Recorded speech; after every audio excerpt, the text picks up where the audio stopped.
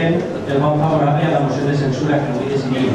En aquest plenari no vaig a repetir tots els arguments que ja he exposat i que compartim, evidentment. Només vaig intentar centrar-me en dos aspectes que ja he llegit en diverses ocasions.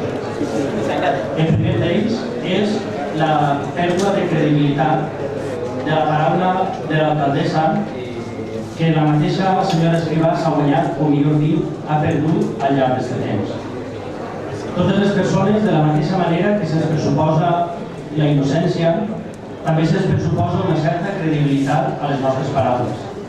Però aquest crèdit inicial que tots tenim, podem anar perdent-lo si anem incorporant mentides i mitges veritats al nostre expedient.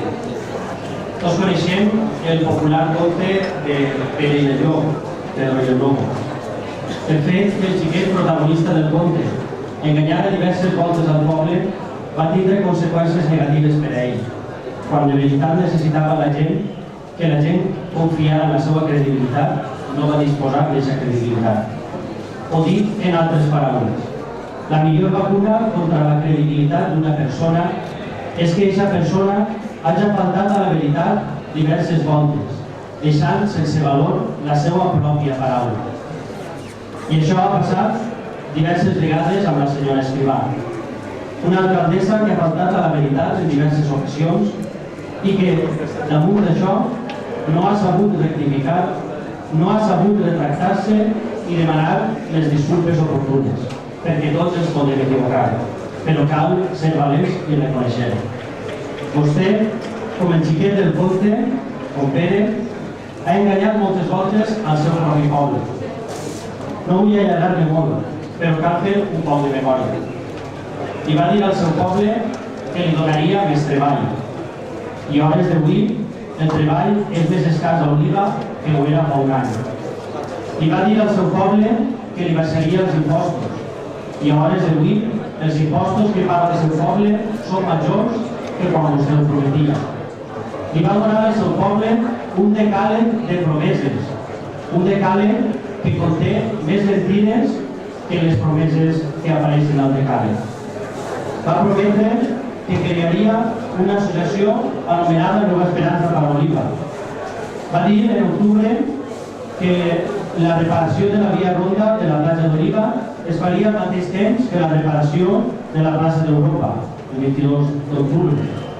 Va dir que quan rebera els informes que estaven preparant les advocades, això en el mes de març, el 7 de març, quan els tindria en breu, ens reuniria tots els portaveus, els afectats d'Olla Blanca, les advocades, i amb els informes damunt la taula, va dir que d'ahir seria una determinació de tots junts.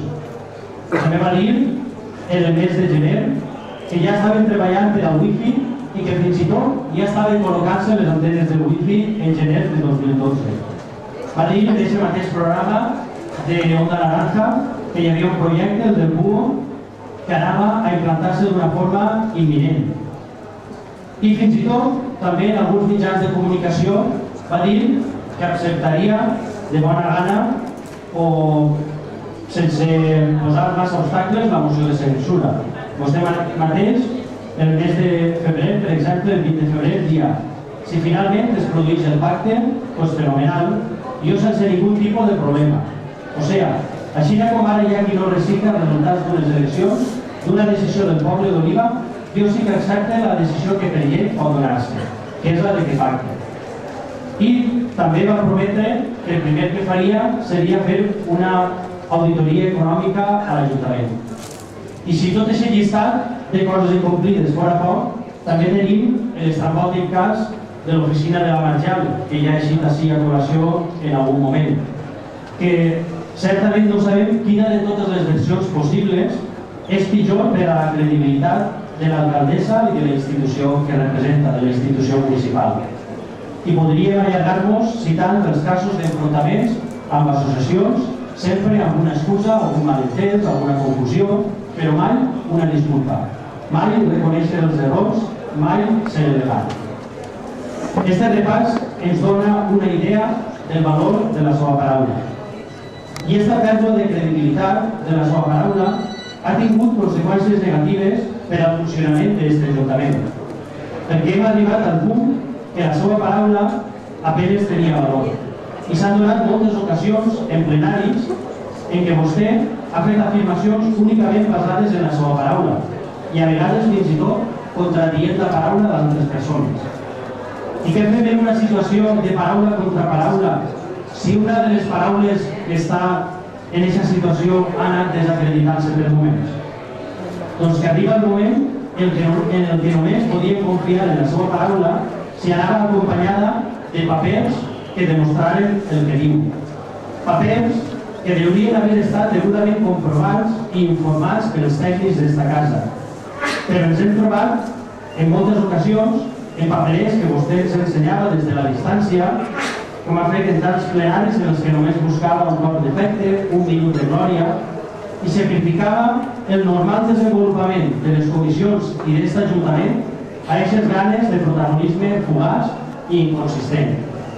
Podríem recordar el conte que ens ha contat el secretari en el plenari passat.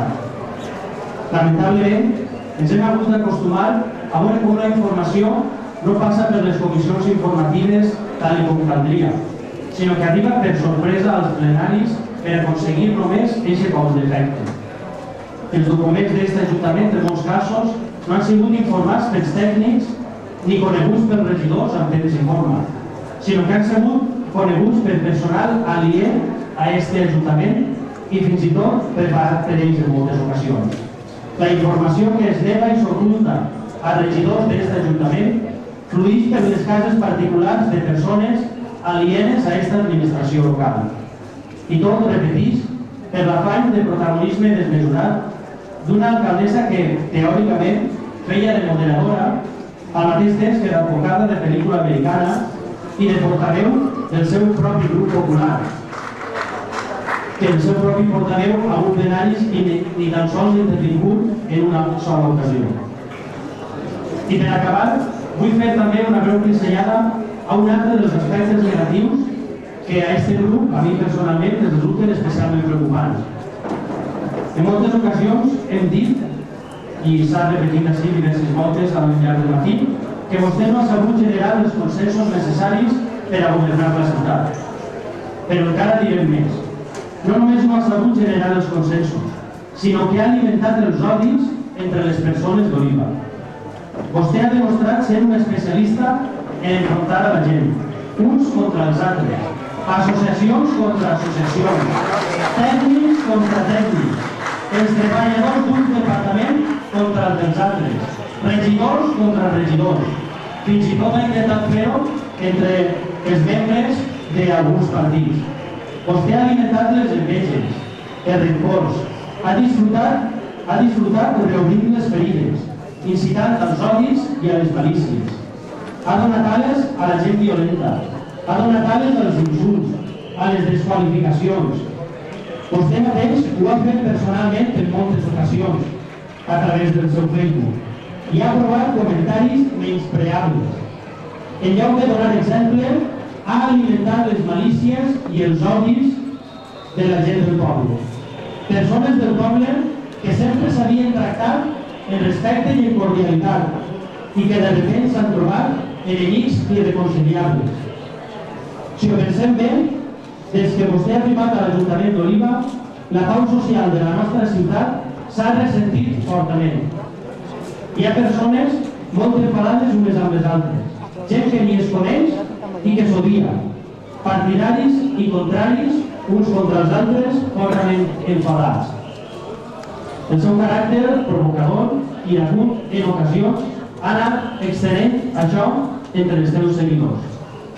I a totes aquestes qüestions de caràcter estructural podríem afegir altres motius que ja s'han dit, més d'agenda política, com és la no tramitació o el fet de no haver fet res durant un any en el Pla General d'Ordenació Urbana, el pressupost, que vostès han estat funcionant un any en el pressupost del govern anterior, d'un cicle polític distint, però el més important crec són les dues coses que li acabo de recordar.